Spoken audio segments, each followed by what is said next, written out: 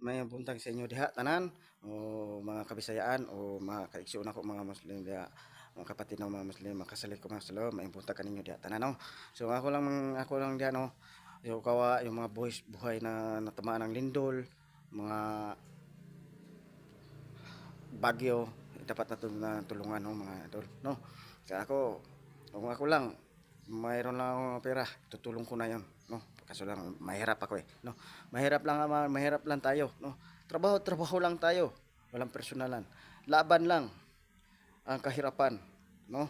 Lalo-lalo na yung mga tao diya no. Yung lalo-lalo na yung mga di pamilyado, wag niyo saktan yung pamilya niyo. O yung mao ang akong ingon ninyo mga bayan.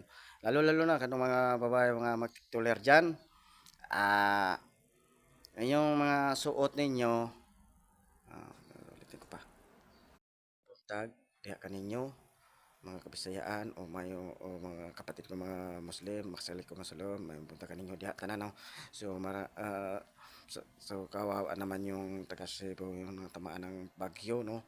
Yung lalo-lalo na sa ibang lugar no, kawawa na buhay mga tao talaga mga idol. Talaga yon ay yun ang talaga ang pag-asa natin, ang magdasal talaga palagi tayo sa ating Panginoon. Posible na tayo hindi tayo patawarin sa ating mga kasalanan na atong nagawa. Tao lamang tayo, no? Wala tayong perpektado tao, no? Kaya ginagawa tayo sa Panginoon, diyan pa rin tayo pabalik sa kanya, no mga idol, no? So, yun ang dapat natin tulungan ngayon na nangailangan mga tulong no. So mayong buntag sa inyo diha mga Bisayaan o mga kapatid ko mga Muslim diha no. Masalik ka masalam sa mayong buntag kaninyo tama na no. So kawawa naman yung natamaan ng bagyo lindol no, nagbuhay tao no sa Cebu no. Kawawa, dapat natin nang tulungan no mga yung ako mayong buntag kaninyo diha tanan.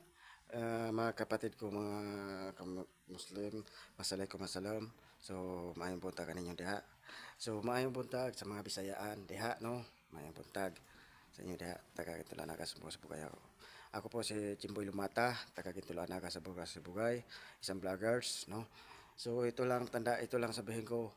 So yung buhay taon no sa Cebu yung tamaan ng bagyo, lindol, dapat natin na tulungan no mga idol.